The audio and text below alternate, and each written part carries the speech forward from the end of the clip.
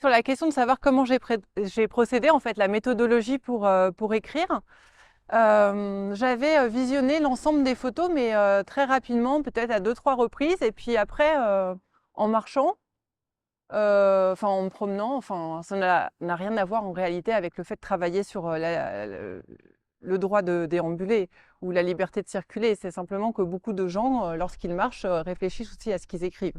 Voilà, c'est vraiment indépendant du sujet, mais il se trouve que je repensais, j'ai repensé à plusieurs reprises aux photos, et puis rien ne me venait. Ah, j'y- Enfin, j'attendais en quelque sorte de voir les idées descendre du ciel. Et il y a un moment où j'ai renoncé et je me suis dit non, bah finalement, les idées, elles viendront pas toutes seules. Il faut vraiment que je me mette à travailler. Et donc, bah, j'ai décidé de passer un certain nombre d'heures à regarder chacune des photos. Donc, il y en a à peu près 200.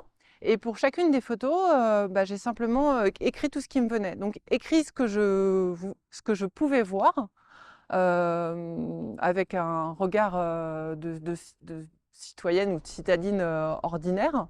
Donc les évolutions d'un tableau à l'autre, d'une photo à l'autre. Et puis, j'essayais aussi de les regarder du point de vue d'une juriste, et donc de noter à chaque fois ce à quoi cela me faisait penser. Et donc, certaines photos me faisaient penser aux servitudes de halage ou dites encore de marchepied. D'autres servitudes me faisaient penser à la servitude du littoral, celle qu'on appelle aussi le sentier du douanier. Euh, donc, il y a plein de choses qui me sont venues à le, le paysage qui est reconnu comme patrimoine commun de la nation française au premier article du Code de l'environnement. Enfin, voilà, tous les échos en fait au droit qui me venaient en regardant les photos, bah, voilà, je les ai pris en note. Et j'avais aussi quand même comme idée de départ l'idée d'une fermeture du paysage, mais d'une fermeture du paysage au sens paysager du terme, non pas au sens juridique du terme de clôture du paysage ou d'exercice par le propriétaire de son droit de se clore, mais plutôt le fait que l'on ne voit plus les collines d'en face du fait de la poussée des arbres ou de la poussée de la végétation.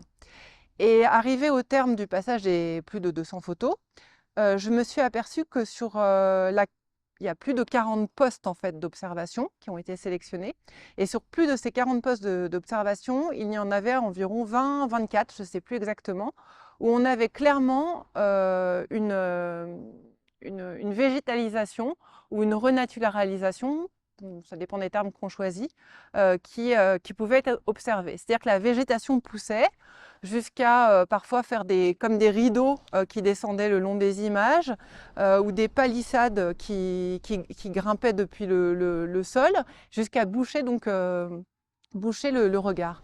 Alors je me suis dit qu'il y avait plein de choses à dire sur la libre déambulation ou le libre passage des êtres humains, mais aussi finalement sur cette végétation spontanée qui avance et qui est comme en marche, et dont on se demande justement si elle a justement le droit de continuer de circuler, ou si elle va être soumise à l'exercice du droit de propriété, qui lui, bah, le propriétaire, il a le droit a priori de faucher en fait toute cette végétation qui pousse sur son sol.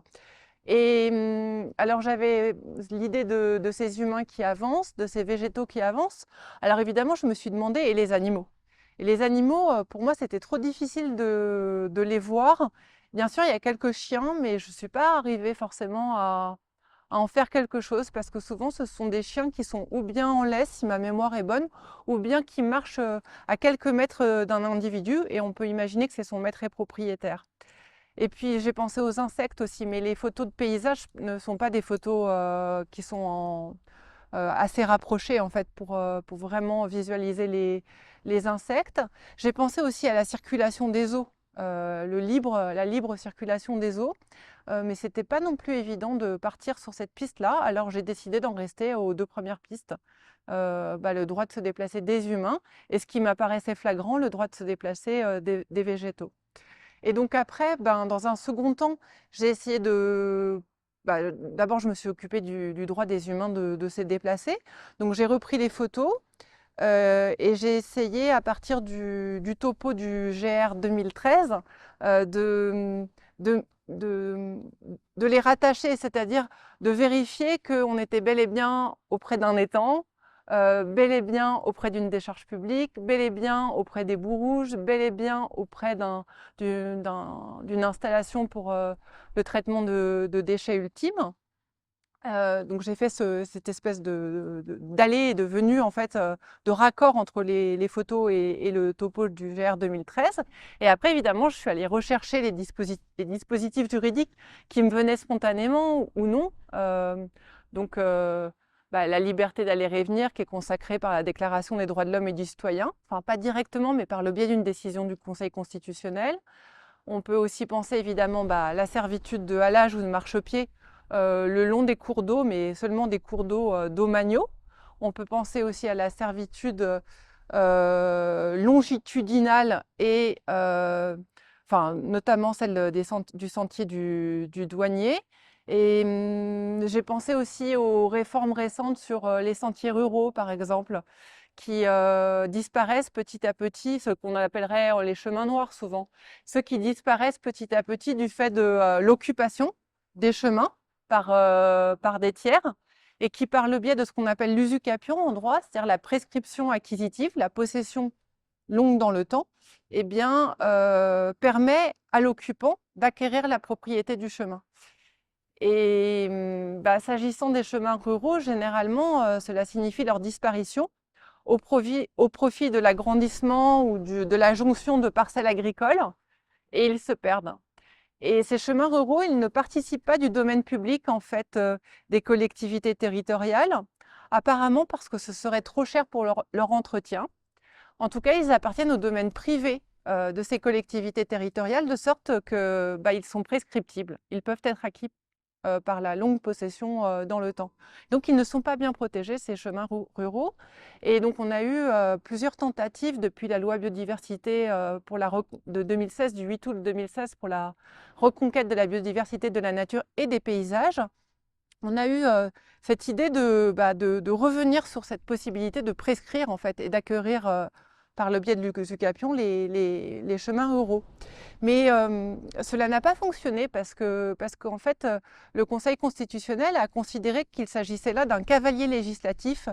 Les chemins ruraux ont été regardés comme n'ayant aucun rapport, en fait, avec la protection de la biodiversité, et donc comme étant des éléments étrangers, finalement, à la loi biodiversité.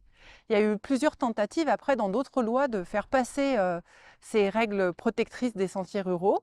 Et finalement, cela a abouti, après plusieurs échecs, par la possibilité de suspendre la prescription pour 2 ans au maximum. C'est-à-dire qu'on peut faire comme suspendre l'écoulement du temps permettant l'acquisition des chemins ruraux pour 2 ans au maximum. Donc aujourd'hui, on a comme une limite qui est imposée pour l'acquisition des chemins ruraux par l'écoulement du temps, par une occupation prolongée, une possession prolongée dans le temps, mais ce n'est pas une véritable protection. Voilà, donc j'ai essayé en fait de faire comme un panorama de toutes les règles protectrices qui nous permettent de nous promener le long des cours d'eau ou d'aller à travers champs ou d'emprunter les sentiers ruraux.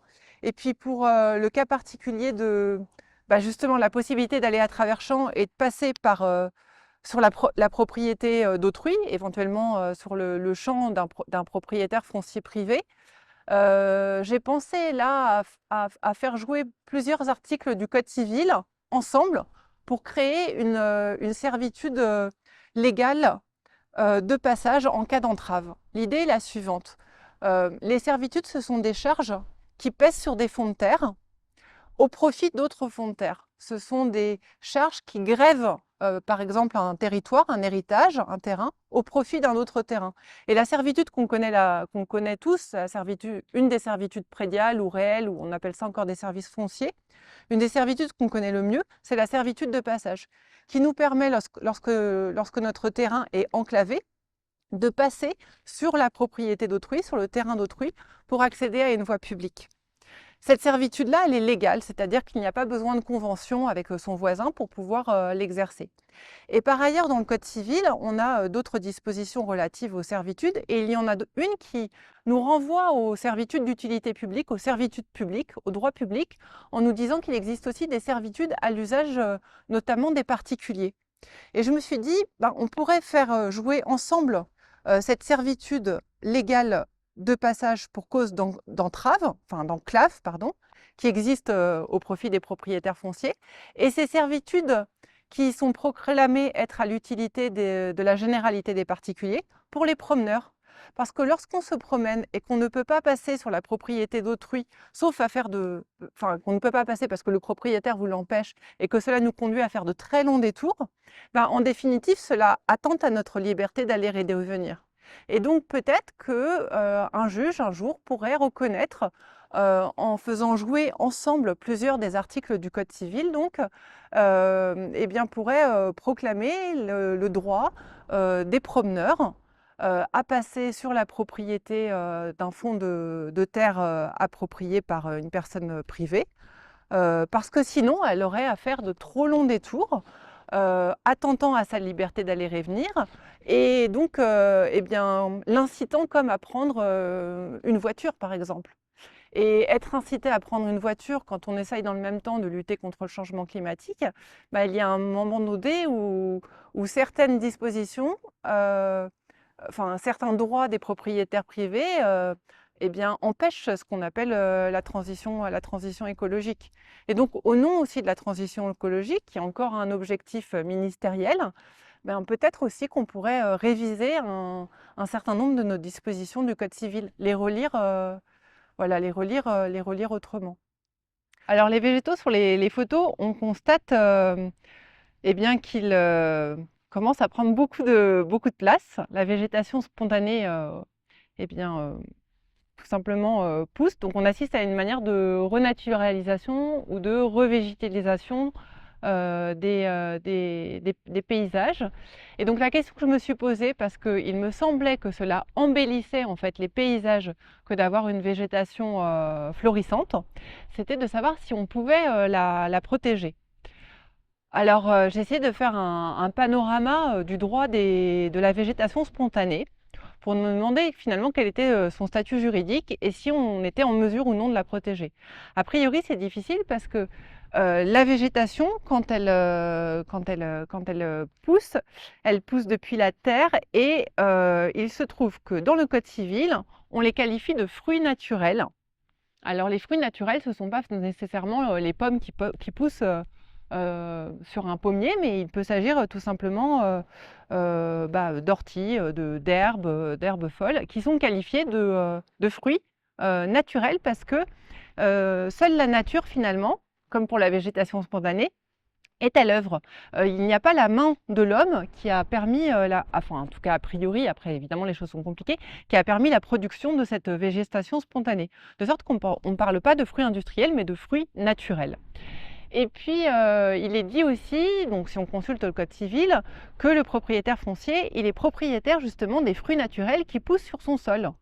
Donc ça veut dire que toute cette végétation naturelle, elle est comme aux mains du propriétaire foncier. Le propriétaire foncier accède à la propriété des fruits naturels qu'est la végétation spontanée par la seule existence en fait de son droit de propriété.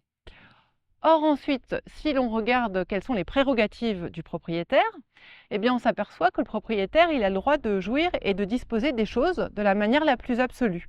Alors pourvu qu'on n'en fasse pas un usage prohibé par les lois et les règlements. Mais si je mets de côté pour l'instant ces limites réglementaires et législatives, a priori le propriétaire, il peut disposer de la végétation spontanée dont il est propriétaire par le jeu de l'accession. Et disposer, en droit, cela peut signifier disposer juridiquement, c'est-à-dire avoir la possibilité d'aliéner, par exemple, la végétation spontanée, pourquoi pas de la couper puis de la vendre, mais ça peut aussi vouloir dire en disposer matériellement. S'agissant de la végétation spontanée, cela signifierait que le propriétaire foncier peut en effet détruire toute la végétation spontanée qui a poussé sur son sol. Et donc, a priori, on a, on, on n'a que la possibilité, enfin, on n'a pas de possibilité, si on en reste à ces quelques dispositions du Code civil, de protéger la végétation spontanée. On pourrait dire plutôt que le propriétaire a le droit de détruire, mais de détruire littéralement la végétation spontanée. D'ailleurs, c'est le titre d'un des premiers ouvrages en droit de l'environnement, du droit de détruire, où justement est mis en évidence le droit des propriétaires, notamment propriétaires fonciers privés, de détruire la végétation spontanée. Bon, après ce premier constat, je me suis dit tout de même qu'il existait certaines dispositions pour protéger certaines espèces végétales sauvages, protégées, parce qu'elles sont par exemple rares ou en voie d'extinction, et donc le législateur permet, alors là on ouvre le code de l'environnement, on ferme le code civil, et là il y a effectivement la possibilité de protéger certaines fleurs. Donc je me suis dit qu'on pourrait reprendre toutes les photos prises depuis l'observatoire, depuis les différents points de l'observatoire, et se demander à chaque fois si on perçoit certaines fleurs qui appartiendraient à ces espèces sauvages protégées. Auquel cas, effectivement, on serait interdit, le promeneur, le propriétaire, effectivement, de les cueillir, de les couper et de les détruire. Mais au final, ça ne résout pas véritablement le problème, non seulement parce que bien souvent on a des connaissances en botanique qui sont assez faibles et on est incapable de savoir si on cueille une fleur protégée ou une fleur sauvage qui n'est pas protégée, mais aussi parce que finalement cela permettrait d'attenter à toute la végétation autre, des fougères, des orties qui ne seraient pas, elles protégées, en tout cas pour certaines fougères. Et là, je me suis dit oui, mais il existe la possibilité pour le préfet d'adopter des arrêtés préfectoraux dits de biotope qui permettent, par exemple, parce qu'il y a une espèce protégée, une espèce florale par exemple protégée, qui pousse sur le sol, de protéger toute la zone.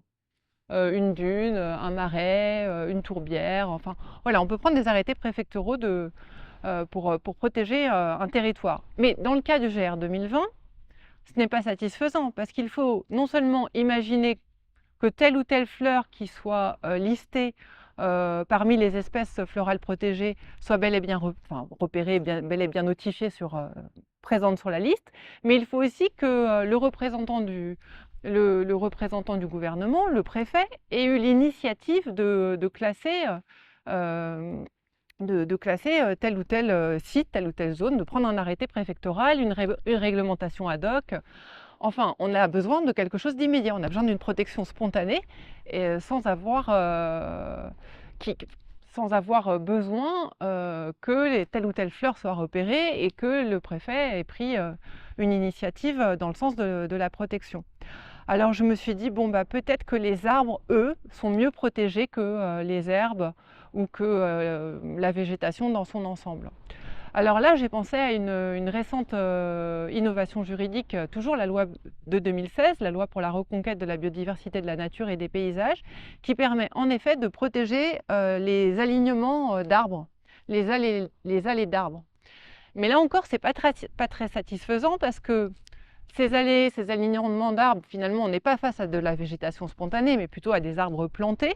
Ensuite, il existe tout un tas d'exceptions, de dérogations qui permettent au final de déraciner ou d'abattre les arbres. Et puis, on a récemment un décret qui a été pris pour l'application de la loi et qui met ces allées d'arbres finalement entre les mains du préfet et non pas entre les mains des maires, ce qui, d'après certaines associations de protection de l'environnement, n'est pas favorable à la préservation des arbres. Alors je me suis dit, bon, on va fermer le code de l'environnement, j'ouvre le code forestier, peut-être qu'on va trouver là davantage de protection, de mesures permettant de protéger la végétation, en tout cas les arbres. Et là, j'ai trouvé effectivement une occurrence avec la végétation spontanée mentionnée. Miraculeux. Sauf que la végétation spontanée, elle est mentionnée dans une disposition relative au défrichement. Donc le défrichement, c'est porter atteinte à la destination forestière d'une zone ou d'un territoire et donc abattre des arbres. Et c'est interdit lorsque cela doit conduire finalement à la disparition de la forêt. Ce sont des mesures assez strictes, mais justement on a une exception à l'interdiction de défrichement, c'est pour remettre en état certaines zones, je ne me souviens plus exactement si ce sont des zones pastorales ou autres, mais notamment il est permis de déroger à cette interdiction de défrichement en cas de végétation spontanée. Autrement dit, la végétation spontanée est bel et bien mentionnée dans le code forestier, mais ce n'est pas du tout pour la protéger. C'est pour permettre, au contraire, d'attenter à l'interdiction de principe de défricher. Donc j'ai fermé le code forestier. Et là, je crois que j'avais l'impression d'avoir fait un tour du droit de la végétation spontanée. Et je me suis dit qu'il fallait inventer quelque chose en définitive. Et que peut-être que en pensant à la loi climat et résilience, ou résilience et climat, je ne sais plus, avec cet objectif de zéro artificialisation nette, peut-être qu'effectivement on pouvait permettre de protéger la végétation spontanée, justement comme compensation à l'artificialisation des sols. Peut-être que justement pour parvenir à cet objectif de zéro artificialisation nette, on pouvait militer pour la protection de la végétation spontanée et créer comme une grande servitude, légale d'interdiction de porter atteinte à la végétation spontanée. Donc en mettant fin finalement au droit d'accession du propriétaire sur la végétation, y compris spontanée, sur ses fruits naturels, et en créant voilà, comme une grande charge qui greverait l'ensemble du territoire et qui nous empêcherait a priori, en principe, de porter atteinte à la végétation spontanée. En fait, on inverserait le principe, mais évidemment, en droit, il y a toujours des exceptions. Donc, si l'on voulait porter atteinte à la végétation spontanée pour maintenir le chemin, cela pourrait être encore possible, un chemin par exemple rural, ou si porter atteinte à la végétation spontanée permettait d'atteindre un autre objectif écologique, on peut tout à fait imaginer là aussi de poser une exception. Mais inverser le principe, peut-être qu'aujourd'hui ce serait une bonne idée de ne plus avoir le droit par principe de détruire la végétation spontanée, sauf exception, mais d'avoir plutôt l'interdiction de détruire la végétation spontanée, sauf exception. Et voilà, je crois que j'avais fait comme un panorama, enfin en tout cas un tour d'horizon du droit de la végétation spontanée. Et oui, ce que je voudrais dire peut-être, enfin ça vous pouvez... Très souvent, on entend parler de vide juridique. On est face à un vide juridique. Et je voudrais juste ajouter que souvent c'est de la paresse, ou alors c'est un argument qui est utilisé pour qui est utilisé par certains, peut-être pas lobby, mais en tout cas par certaines personnes qui sont intéressées à ce que soit adoptée telle ou telle réglementation ou telle loi dans leur domaine particulier. Et ce qui me semble important, c'est plutôt au point de vue de la méthodologie, c'est justement de partir de l'idée qu'il n'y a pas de vide juridique. Il y a suffisamment de lois et de grands principes pour pouvoir réfléchir. Et d'où l'idée de partir toujours des règles qui existent et de proposer des manières de les interpréter ou de les agencer les unes avec les autres de manière nouvelle pour faire produire des effets de droit, mais ne pas se dire par exemple là, il n'existe pas de droit de la végétation spontanée. Plutôt essayer de faire parler les dispositions qui sont déjà existantes pour voir en creux ce qu'elles autorisent. Et voilà, c'est pour ça que j'essaye de toujours penser qu'il n'y a pas de vide juridique, que c'est trop facile et qu'il faut essayer de faire aussi avec l'existant, plutôt que d'attendre éventuellement des réformes, plutôt proposer aux juges de relire et de réinterpréter les textes pour leur faire produire d'autres effets. Mais évidemment, ça n'empêche pas d'adopter de nouvelles lois.